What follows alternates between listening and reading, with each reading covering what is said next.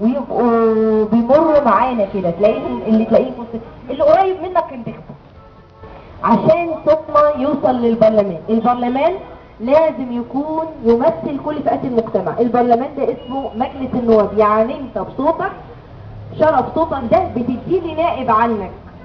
نائب عنك، النائب ده من حقك ان انت تبقى عارفه، صح ولا ايه؟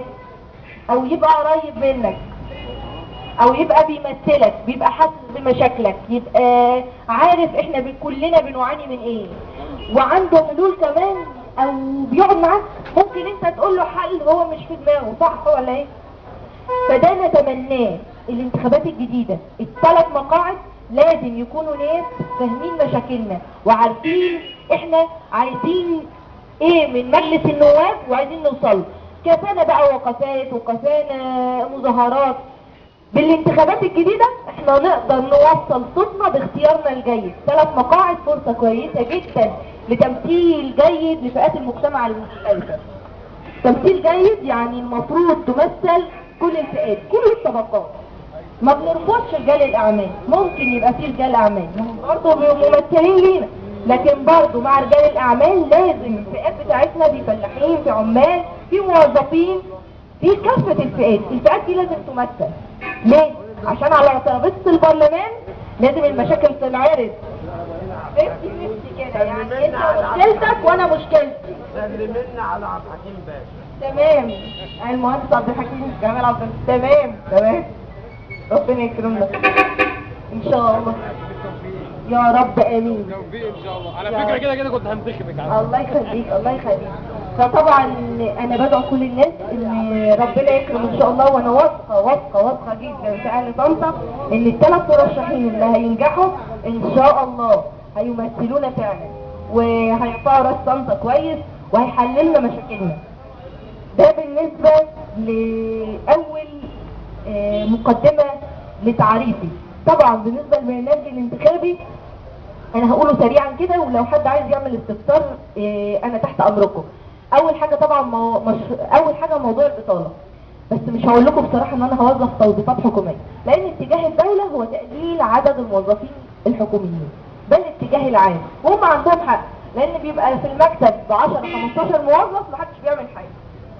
فبالتالي انا كده بعمل بطاله مقنعه، ما هو قاعد في مكانه وما بيشتغلش، بطاله مقنعه. انا واحد ايده واحد موجود اهو، قوه موجوده، لازم استفاد منه في الدوله، فعشان احنا نطلع لازم كل واحد فينا يشتغل. فانا بدعم المشروعات الصغيره. لازم الدوله، وده اللي انا هيبقى نشاطي في داخل البرلمان ان شاء الله، ان الدوله لازم تدعم المشروعات الصغيره. احنا بنستورد حاجات كتير من الخارج، الحاجات دي احنا مش لازم نستوردها. يعني انا مش مجبره ان انا استورد سجاده الصلاه من الصين ما بترجعهاش، انا اللي برجع الصلاه دي.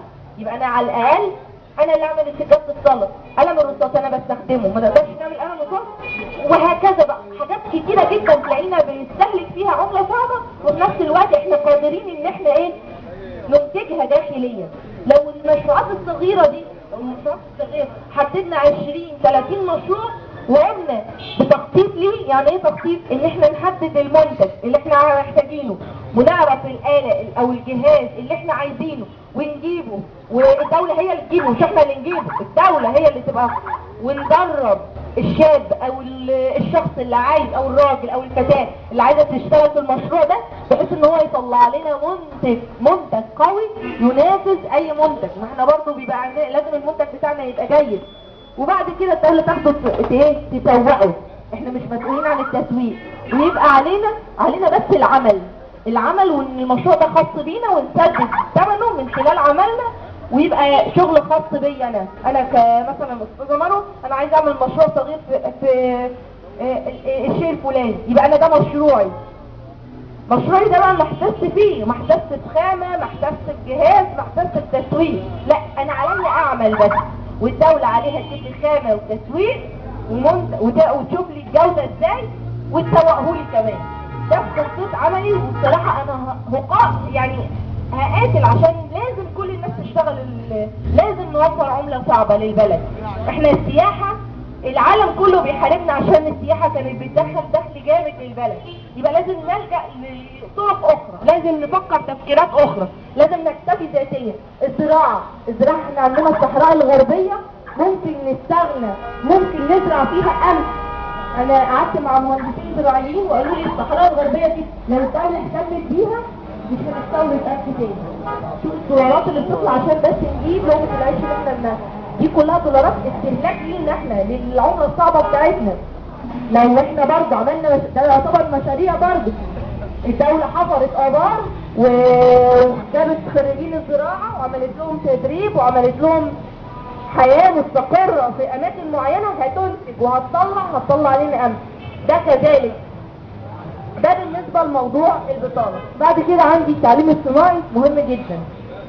جزء منه هيحل موضوع البطالة، لأن التعليم الصناعي بأمانة هو السبيل لإخراج جيل من المهرة أو من الأيادي المهرة في كافة المجالات ده، يعني في النجارة، في الكهرباء، في التبريد، في العمارة، في كل الأقسام. بس المشكلة عندنا في الملابس، في النسيج، في كل الأقسام. المشكلة عندنا إن الطالب بيخش ما بيتدربش، مجرد سنين بيعديها وبيطلع زي ما دخل، او عنده شوية معلومات بسيطة ما تكفيش ان هو يبقى عامل ماهر داخل البلد ويستفيد منه البلد. لذلك كان في زي مشروع اسمه مشروع مبارك كول.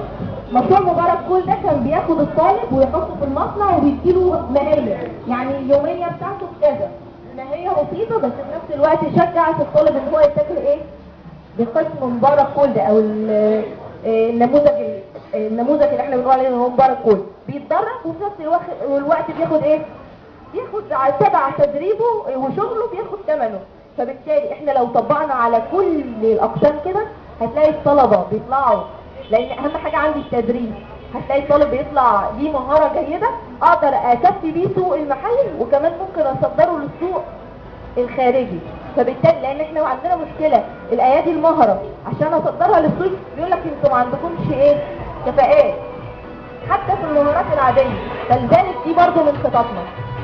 في حاجات كتير نفسي انفذها. التوسيع العمراني بالنسبه لمحافظه الغربيه، لان احنا محافظه الحقيقه مغلقه ما فيهاش اي توسع عمراني، وده يخلينا حتى مش عارفين نحل مشكله العشوائيات. احنا عندنا مشاكل في العشوائيات، عندنا في اسكندريه وعندنا في تل الحدادين، وعندنا في حتت كتيره فيها مشاكل العشوائيات. عشان تحل المشاكل دي لازم يبقى في اراضي دوله، واراضي الدوله دي مش هتيجي غير لما يكون لك امتداد صحراوي. فلازم نسترجع كوم حماده، برضو دي من ضمن الحاجات اللي في البرنامج الانتخابي بتاعي. وفي حاجات كتيره بس انا مش عايزه اطول عليكم، ولو اي حد عايز يسالني اي سؤال انا تحت امركم، واشكركم لحسن الاستماع، واتمنى من الله ان انا انول ثقتكم طبعا، واكون من ضمن الثلاثه اللي انتم تختاروا. والسلام عليكم ورحمه الله وبركاته. الميزانيه بتاعت الدوله، الميزانيه بتاعت الدوله يعني ايه ميزانيه؟ السؤال ده انا سالت عليه في الظهير الشعبي. ليه؟ وبتروح فين؟ وبتروح فين؟ وليه مفيش بصوا عدالة؟ يا جماعه، ميزانيه الدوله دي بتبقى حاجه داخله للدوله. يعني ايه؟ يعني ضرايب، السياحه بتبقى عامله دخل، في صادرات احنا بنصدرها بتدخل دخل للدوله، دي اسمها ميزانيه الدوله. فلوس للدوله بتخش من حاجات الدوله بتعمل، ضرايب، سياحه، وهكذا، يعني حاجات. لا الناس لا ولا ما لذلك انا بقول لك ايه، انا عايزه اقلل. امال ليه في ناس فوق وناس تحت لما هي ما تجيش؟ وعشان في برلمان كان بيدعم استثمار ما بيدعمش. دي احسن فكره انت عملتيها الوحيده في الغربيه اللي انت عملتيها، انك تتواصلي مع الجمهور بنفسك وتنزلي تكلميه بنفسك. احسن فكره. وحضرتك خريج ايه انا خريجة فنون جميلة على فكرة. بس السؤال بتاعه الله يكرمك. طيب الميزانية بتاعت الدولة طبعا هي لا تحت وبتتجه اتجاهات احنا مش راضيين عنها. الميزانية كانت في 2005 و2010 بتتجه لدعم شوية حاجات للتعليم وشوية حاجات للصحة، وكتير قوي لدعم مثلا مصانع زي حديد والصلب، مصانع الاسمنت، مع انهم مش محتاجين دعم، ده ناس بتكسب 100% ويمكن اكتر من 100%. ادعمهم ليه كدولة؟ انا كدولة امكانياتي على قد ادعم ليه الصناعات اللي فيها مكسب عالي. المفروض ادعم الحاجات اللي انت امكانياتك مش على قد انت بتتمتعي باحسن دوله، تمام، سكان، أنا عارفة. طبيعه، كل حاجه، احنا عندنا طقس، كل امكانيات، حاجه. احنا كفايه عندنا مفيش في الموارد امكانيات. البشريه. انتوا عارفين يعني ايه موارد بشرية؟ ايدينا، احنا ايدينا. هتقدري احنا تواجهي لو ده؟ احنا اشتغلنا من الصناديق الخاصه. الصناديق الخاصه اللي حصلت في 2005 التامينات والمعاشات مثلا ما يبقى برضه من ضمن فساد مجلس النواب كان في 2005 التامينات والمعاشات كان صناديق خاصه اتحولت لبنوك واتحولت ل المعاشات اهم حاجه المعاشات ضايعه ضايعه. ضايعه. ده كل ده والله في البلاد بتاعتنا. احنا عايزين حد يواجه كده بقى. وانا اتمنى من الله ان انا اكون على قد المسؤوليه، وان شاء الله هكون على قدها والسلام عليكم ورحمه الله وبركاته. شكرا بحسن الاستماع.